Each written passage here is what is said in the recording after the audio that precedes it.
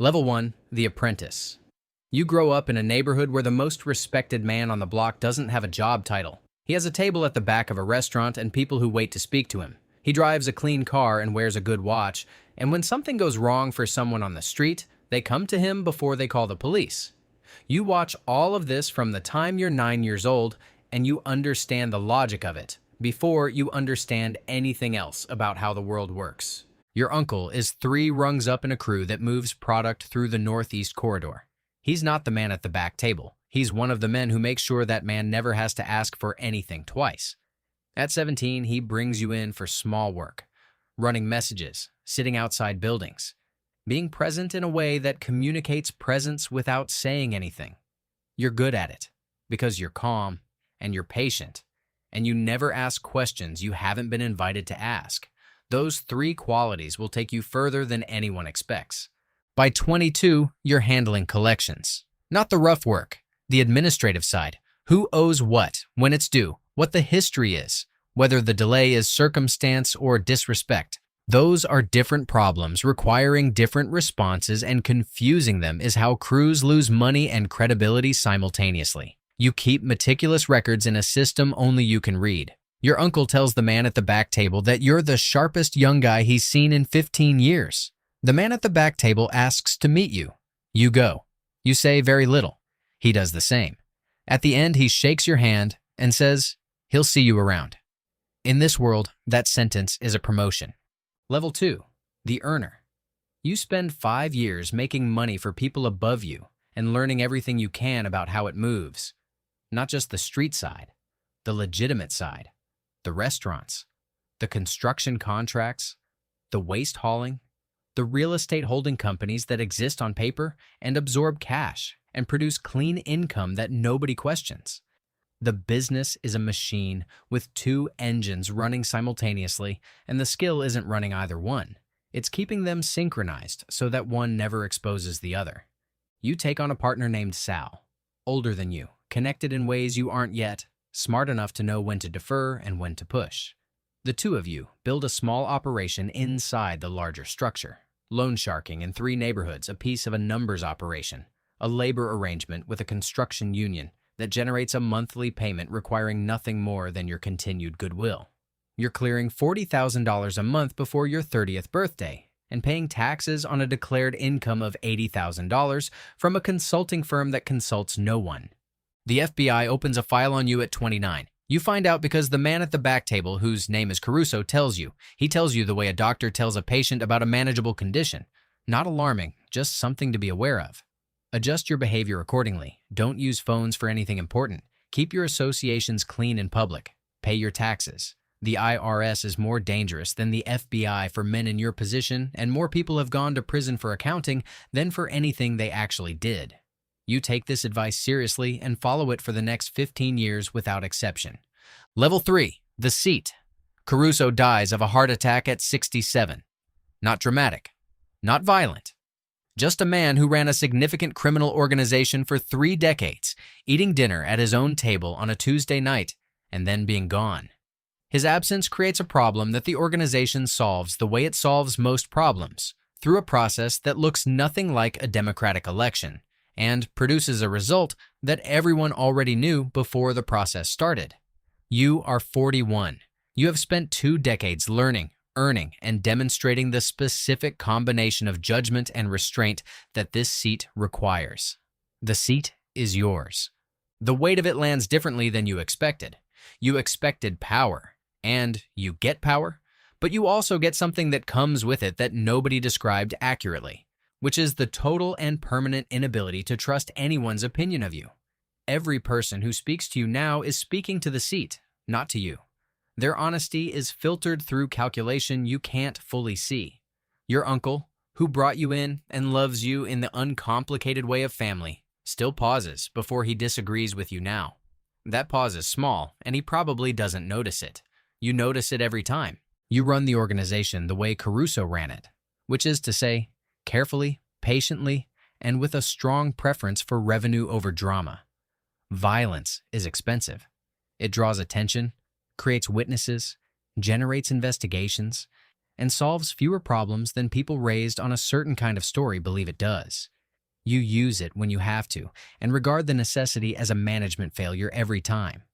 The crews that produce the most trouble are always the ones confusing aggression with strength. Strength is what you have when you never need to demonstrate it. The FBI file on you is now 12 years old and contains a great deal of accurate information about your activities, and not enough evidence to charge you with anything. You know this because a lawyer who has represented this organization for 30 years has sources inside the federal building and keeps you informed about the temperature of the investigation, the way a good meteorologist keeps you informed about weather. Useful, not because you can stop the storm, but because you can prepare for it. Level 4, the exposure. Sal flips. That's the sentence you never prepared for, even though you've known for 20 years that it was always possible.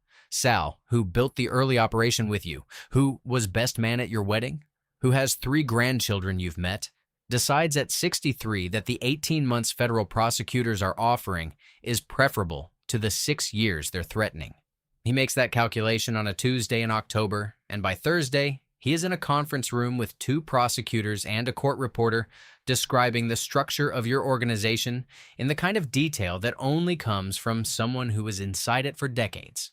You find out on a Friday through the lawyer. You sit with the information over the weekend without telling anyone. You spend 2 days thinking about Sal not as a betrayal, but as a problem. Because the moment you make it personal, you make it dangerous. And personal is the luxury of people who don't have organizations depending on their judgment. On Monday morning, you call a meeting of the people who need to know and tell them what you know and what it means. The meeting is calm. You are calm. The people in that room follow your lead in the way they always follow your lead, which means the room is only as calm as you actually are, not as calm as you pretend to be. What Sal knows is substantial. Transactions, names, the structure of the legitimate holdings, and how they connect to the street operations. He doesn't know everything because nobody knows everything, a principle you established early and maintained deliberately. Compartmentalization isn't paranoia. It's organizational hygiene. But what he knows is enough to generate indictments, and indictments generate pressure. And pressure generates more flips, and that is how organizations like yours actually end. Not with a raid, with a cascade. The federal indictment comes 4 months later, 14 counts. RICO, conspiracy, tax evasion, and several specific charges tied to specific transactions that Sal described with the precision of a man who kept his own meticulous records for exactly this contingency. Your lawyer is in your living room when you read it. He says the case is serious, but not unwinnable. He has said some version of this about every serious legal problem you've faced for 3 decades. You believe him less this time, and you think he knows it. Level 5, the legacy. You are 58 years old. You have run a significant criminal organization for 17 years. You have a wife who has known what you are since before you married her, and has maintained a steady distance from the specifics that has protected her legally and cost her personally in ways neither of you discuss. You have 2 sons. One of them is in the organization in a peripheral way that you have kept peripheral deliberately. One of them is a civil engineer in a different state who calls on Sundays and asks careful questions about your health and the business, by which he means the legitimate business, and you answer him carefully and ask about his kids, and neither of you says the thing that exists in the space between every sentence of those calls. The trial takes 11 months from indictment to verdict. Sal testifies for 4 days. He is methodical, credible, and visibly unhappy to be there, which somehow makes him more believable rather than less. Your lawyer challenges his credibility extensively and successfully on several points that matter to the legal argument and not at all to the jury's gut understanding of what Sal is describing. Juries are not fooled by the technical. They understand the essential. And the essential here is that a man who was present for decades is telling them what he saw. The verdict is guilty on 9 of 14 counts. Your lawyer calls it a partial victory in the way that lawyers call things victories when they aren't. You are sentenced to 16 years. You will be eligible for release at 74 if you stay healthy and keep your record clean, and the parole board is not feeling punitive on the particular Tuesday when your file comes up. You are processed at a federal facility in Pennsylvania on a Wednesday morning in March. You have been in this business for 40 years.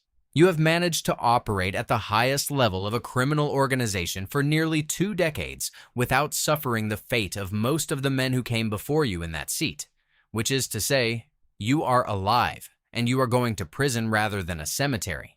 And in the specific arithmetic of this life, that counts as a form of success that you are not ashamed to recognize. Your wife visits the first weekend. She drives 3 hours and sits across from you for 2 hours and talks about the house and the grandchildren and a trip she's thinking about taking with her sister. She doesn't cry.